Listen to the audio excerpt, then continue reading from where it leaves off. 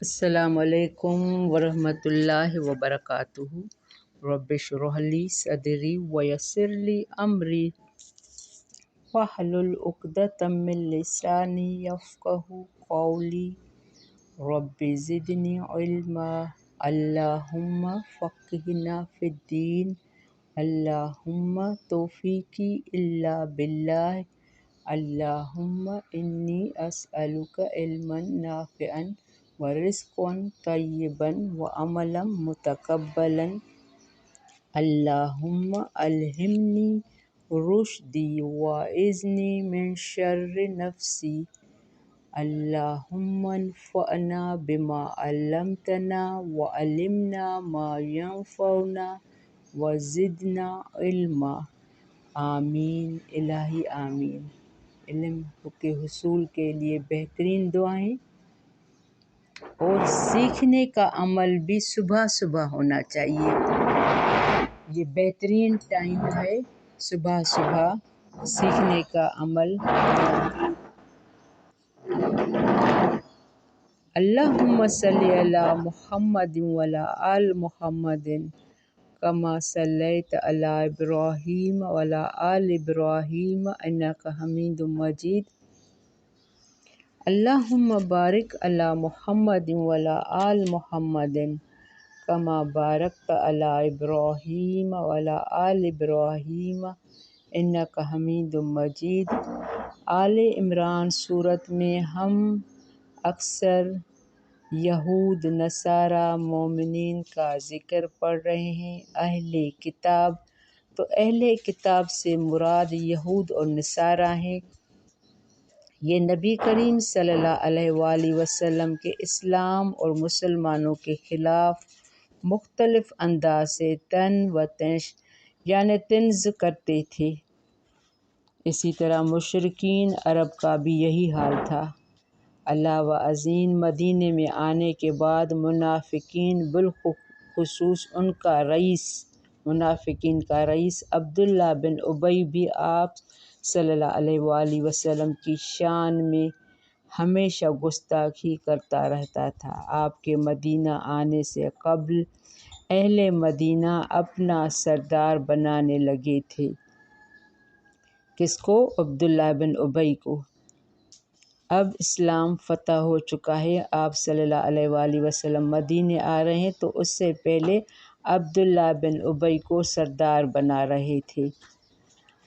اس کے سر پر تاج کی تیاری مکمل ہو چکی تھی۔ آپ صلی اللہ علیہ وآلہ وسلم کے آنے سے اس کا یہ سارا خواب بکھر کر رہ گیا، جس کا اسے شدید صدمہ تھا۔ چنانچہ انتقام کے طور پر بھی یہ شخص آپ کے خلاف ہمیشہ کوئی نہ کوئی سازش کرتا رہتا تھا، کوئی موقع ہاتھ سے نہیں جانے دیتا تھا، جیسا کہ صحیح بخاری کے حوالے سے اس کی ضروری تفصیل بھی گزر چکی ہے۔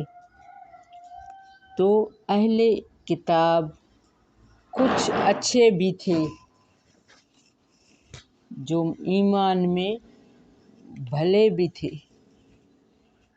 سب کو یہ حصہ نہیں ہونا۔ کچھ منافقین تھے جو ہمیشہ آپ کے خلاف سازشیں، جیسے انہوں نے مسجد ضرار بھی بنائی تھی۔ آج کی تجوید اسٹارٹ کر رہے ہیں، آیت نمبر 183 سورۃ آل عمران۔ اعوذ باللہ من الشیطان الرجیم، بسم اللہ الرحمن الرحیم۔ الذین قالوا ان اللہ عہد الینا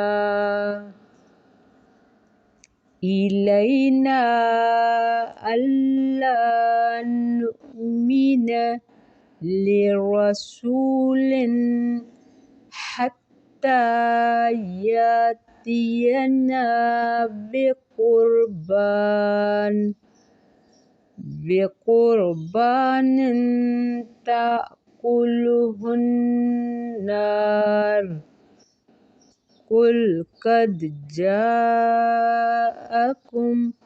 رسل من قبلي بالبينات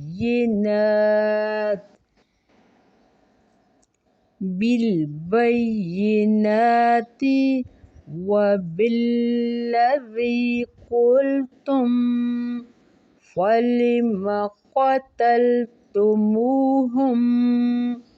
إن كنتم صادقين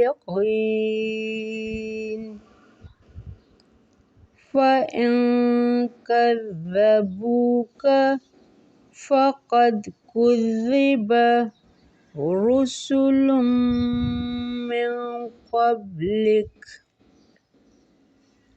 من قبلك جاءوا بالبينات والزبر والكتاب المنير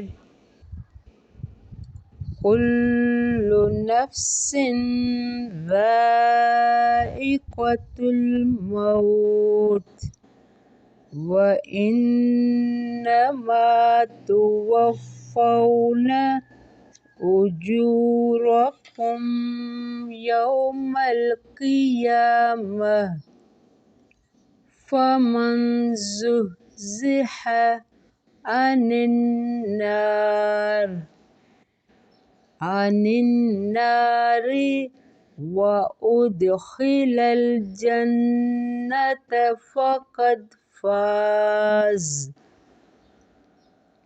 وما الحياة الدنيا إلا متاع الغرور لتبلون في أموالكم وأنفسكم ولتسمعن من الذين أوتوا الكتاب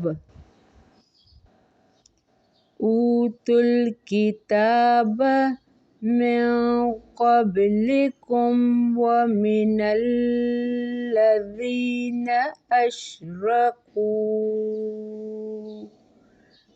أشركوا أذى كثيرا وإن تصبروا وتتقوا فإن ذلك من عزم الأمور۔ بارک اللہ فی۔ ہم یہاں 186 پر اسٹاپ کر رہے ہیں۔ ہم نے اسٹارٹ کیا تھا آیت نمبر 183 سے، الذین، اس سے پہلے ذالک بما قدمت، یہ بے وجہ اس کے جو آگے بھیجا تمہارے ہاتھوں نے، وَأَنَّ اللَّهَ لَيْسَ بِالظَّلَّامٍ لِّلْعَبِيدِ، بے شک اللہ نہیں ظلم کرنے والا بندوں کو۔ جب بھی دنیا میں یا آخرت میں کوئی مصیبت آئے تو یہ ہمارے ہی، جو بھی مصیبت آئے ہمارے ہاتھوں نے جو آگے بھیجا ہوگا، ہمارے ہی اعمال ہوتے ہیں۔ اس کی بھی آگے آیت آ رہی ہے۔ تو اللہ کسی پر ظلم نہیں کرتا، اللہ تو 70 ماؤں سے زیادہ محبت کرتا ہے، پیار کرتا ہے۔ وہ تو چاہتا ہے میرا بندہ سیدھے راستے پہ ہو۔ اس نے دونوں راستے ہمیں بتائے ہیں، صراط مستقیم کا بھی اور جہنم کا بھی۔ تو انہوں نے پہلی قرآن کی آیت میں وَلَا-الضَّالِّينَ، مومنین کا صراط مستقیم کا بھی اور گمراہوں کا بھی راستہ ہمیں بتا دیا۔ اب ہمارا کام ہے جو ہم راستہ چنیں، تو وہ ہمیں بھی وہی عذاب سزا جزا ملے گی جو ہمارے ہاتھوں نے بھیجا ہوگا۔ آیت نمبر 183، الذین قالوا، وہ جنہوں نے کہا، ان اللہ، بے شک اللہ نے، عہد الینا، عہد لے رکھا ہے ہم سے، اللہ نؤمن لرسول کہ نہ ہم مانیں کسی رسول کو، حتیٰ یاتینا یہاں تک کہ وہ لائے ہمارے پاس، بے قربان ایک قربانی، تاکلہ النار کھا جائے اسے آگ۔ یہ بھی اللہ پر جھوٹ، ایمان نہ لانے کے لیے اللہ پر جھوٹ باندھنا کہ اللہ نے ہم سے عہد لے رکھا ہے کہ کل قد جاکم آگ کہہ دیجئے، آپ صلی اللہ علیہ وآلہ وسلم سے کہلوا رہے تھے کہ ان مکے کے مشرکین کو، یہودیوں کو کہہ دو، کل کہہ دیجئے، قد جاکم رسل تحقیق آئے تمہارے پاس کئی رسول، من قبلی مجھ سے پہلے، بالبینات ساتھ واضح دلائل کے، وبالذی اور ساتھ اس چیز کے جو کہی تم نے، کیا کہی کہ تم ہمیں کوئی قربانی لاؤ ایسی کوئی جو آگ کھا جائے، پھر ہم کہیں گے کہ ہماری قربانی قبول ہو گئی ہے۔ تو یہ پہلے بھی ہوتا تھا، یہ نیا ان کا نہیں تھا مطالبہ، پہلے بھی نبیوں کے ساتھ یہ ایسا کر چکے تھے اور ایسا ہوتا تھا۔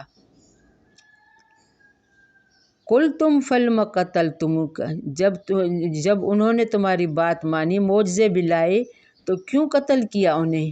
ان کنتم صادقین اگر ہو تم سچے۔ اب جو مجھ سے یہ مطالبہ کر رہے ہو، تو اس میں یہود کی ایک اور بات کی تجزیہ کہتے تھے کہ اللہ تعالیٰ نے ہم سے یہ عہد لیا ہے کہ تم صرف اس رسول کو ماننا جس کی دعا پر آسمان سے آگ آئے اور قربانی و صدقات کو جلا ڈالے۔ مطلب یہ تھا کہ اے محمد صلی اللہ علیہ وآلہ وسلم، آپ کے ذریعے سے اس معجزے کا چوں سے صدور نہیں ہوا، یعنی تم ایسا معجزہ ہم نہیں دکھا سکے، اس لیے بحکم الہی آپ صلی اللہ علیہ وآلہ وسلم کی رسالت پر ایمان لانا ہمارے لیے ضروری نہیں ہے، حالانکہ پہلے نبیوں میں ایسے نبی آئے جن کی دعا سے آسمان سے آگ آتی اور اہل ایمان کے صدقات اور قربانیوں کو کھا جاتی، جو ایک طرف سے اس بات کی دلیل ہوتی کہ اللہ کی راہ میں پیش کردہ صدقہ یا قربانی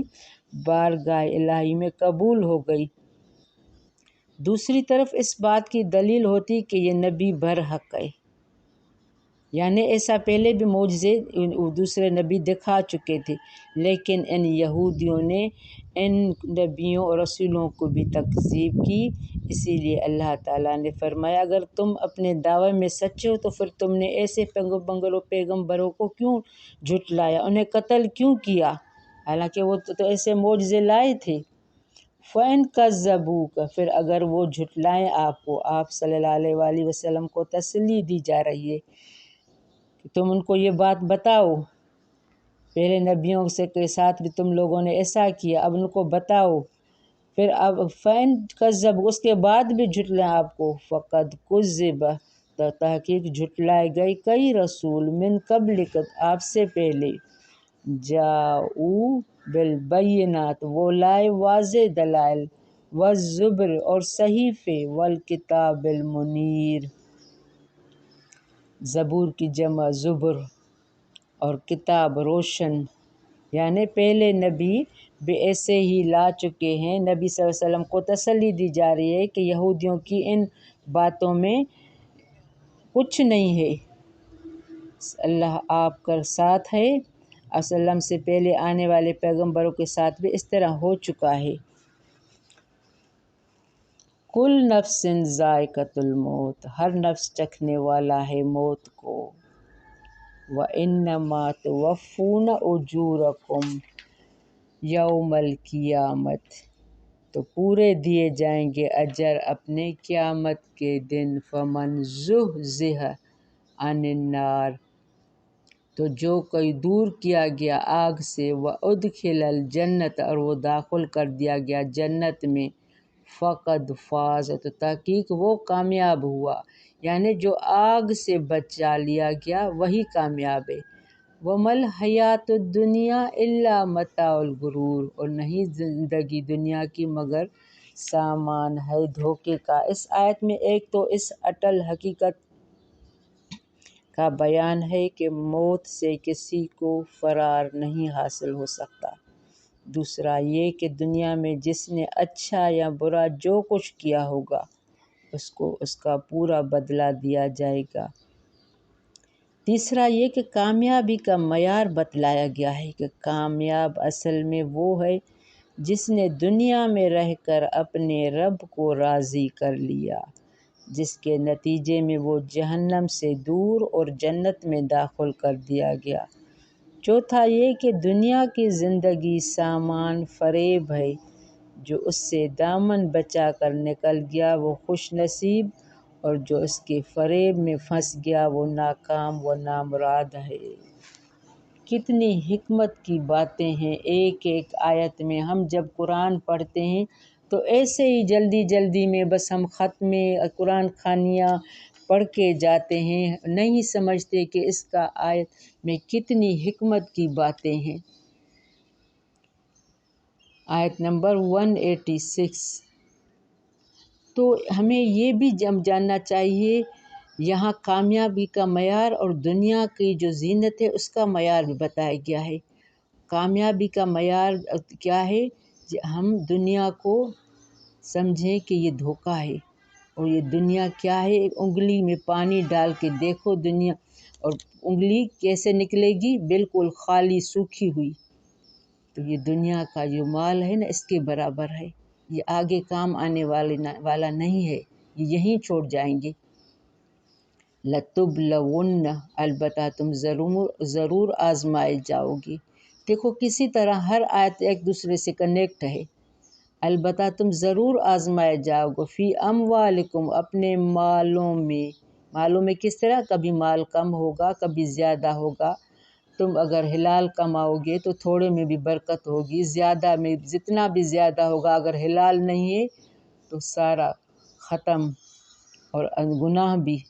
وَأَنفُسِكُمْ، اور اپنے نفسوں سے کس طرح آزمائش ہوگی؟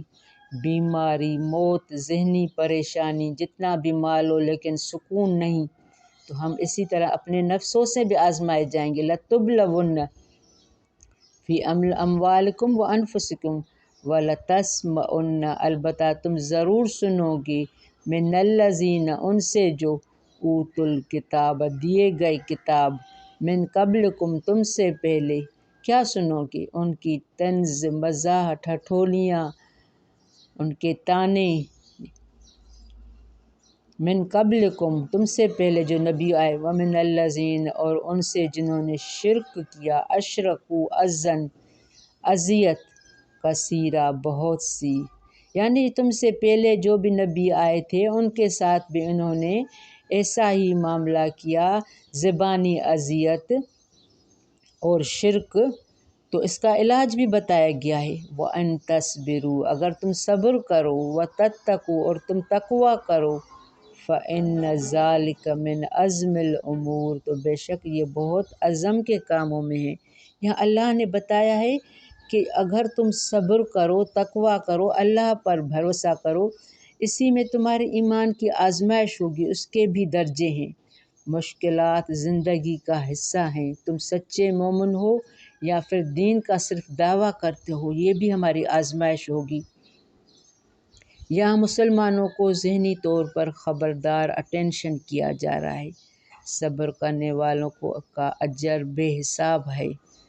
دنیا میں اگر کسی کو تکلیف آتی ہے تو لوگ سمجھتے ہیں یہ بیچارہ ہے، حالانکہ میں بھی یہی سمجھتی ہوں کہ جو تکلیف آزمائشیں آنی ہیں دنیا میں، آگے ہم پاک صاف دھو کر جائیں۔ اور ویسے بھی جو دین پر زیادہ ہوتا ہے، شیطان اس کے پیچھے ہوتا ہے، اس کو زیادہ آزمائشیں آتی ہیں۔